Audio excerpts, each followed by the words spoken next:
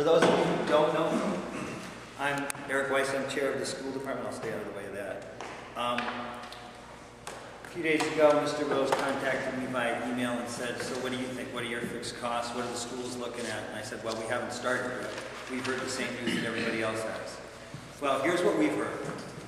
We've heard that they're looking at cuts of 10 to 20% in local aid. We've heard that one of the things that has, as the Finance Committee and any member of the Select Board that's here knows, we have been using what is called growth money in the education budget to support town services. We've taken on things in the school budget over the last few years that were traditionally paid for through town expense, through the town side. And we took those on, some computer things, some police officers, some other things, significant expenses, many hundreds of thousands of dollars. And what we did was we used that so-called growth money. Growth money is, under the state education formula, the Commonwealth gives money to school districts that are growing, gives more money. So you get your Chapter 70 money, which is your school aid, and then you get money on top of that, which is the growth money. And we've actually never received our full amount of that money over the past 5 years. We've always been wound up short of what we were supposed to get. And we've used that money, especially over the last 2 or 3 years, to help the town balance its books, take on expenses, etc. It is what has kept the town from really dipping into its reserves over the last 2 or 3 years, is that whole arrangement that we've had. Well, the last 2 years we haven't seen growth in the school. Last year it was 10, 12 students. This year it's down 36. Now there are districts that are disintegrating, meaning there are districts in the Commonwealth that are losing 50 and 100 students a year, that they're closing buildings and doing things like that. Ours is obviously directly related to the fact that what was driving the school growth population was the real estate boom, or whatever you want to call it, in Belchertown for the past 20 years. There hasn't been much of that going on in the last 2 years, especially the last year. There aren't new people with new kids moving to town at the same rate. So we are seeing, what we're really seeing is a leveling off of class size. For a while we saw class sizes grow and grow and grow to the current numbers where they went from about 150 to about 200. Now we're seeing class sizes leveling out at between 180 and 200 for classes in the district as they move through. Now, we've got adequate facilities, meaning we have newer buildings. We haven't had any discussions about needing new buildings at the school level. But what does this mean for FY, for the rest of this year, for next fiscal year, and looking ahead? One, we as a town, we as a school district can't plan on that growth revenue, the $700,000 to $800,000 that we got to lean on for that. So that money will not be coming to us. However, there is a however. The state is also going to have to take a good hard look at its education formulas. If they're seeing a significant number of districts contracting in size, then the formula that rewards those that are growing is going to be skewed. It's only going to be a few districts that get that, and they're going to have money that they have to distribute somehow.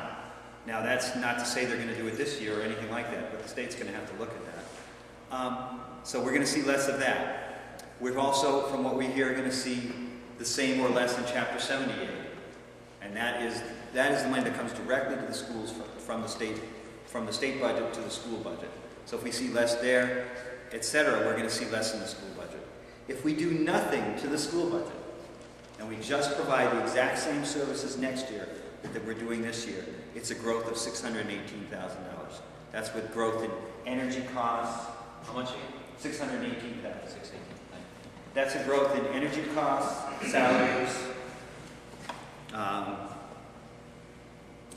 energy, salaries, health insurance, private tuitions, transportation, and then there's other expenses.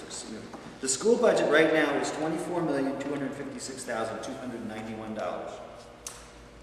So it occupies a significant place in the town budget. But the news that I have is the same news that Mr. Rose just presented you. I'm not getting any different information from the people I talk to, and you don't only have to read the newspaper or whatever, watch the news to know that the state is struggling. The stimulus money through the federal government was great for this year and for next year, but it is a one-time fix. It's not a long-lasting fix. It's not money we can put into long-term positions and things like that. So there's going to be that struggle. The other struggle is, as a school district, we've never really grown to the size we should be to provide all the services we need to. We've always dealt with the money we've had and distributed it as equitably as we could. So what the school district will do to meet cuts, I don't know. We'll have to look like every other department, like you're saying. We're going to have to go over our budget with a fine-tooth comb, with the superintendent. This is the new superintendent, Dr. Judith Hool, by the way. And we're going to have to go through and see what we can do and what we can't do. We're waiting to see what the state's going to do. My gut tells me it's going to be a very difficult and confusing time between now and March 1st in terms of what we understand from the state, in terms of budgeting, what their predictions are. They're trying to make predictions for next year during a cycle when revenues are dropping. It's hard to do that. So I think the news out of Boston is not going to be good for a while. So how we manage, if we see a 10% cut, the way the school budget works is every 10% is almost $1 million. Give or take, but call it $1 million. So if there's a 10% cut in Chapter 70 and we don't see the growth money, then we're looking at $1 to $1.5 million that we have to take out of the school budget somehow. That's what that would mean. That's significant. That's positions.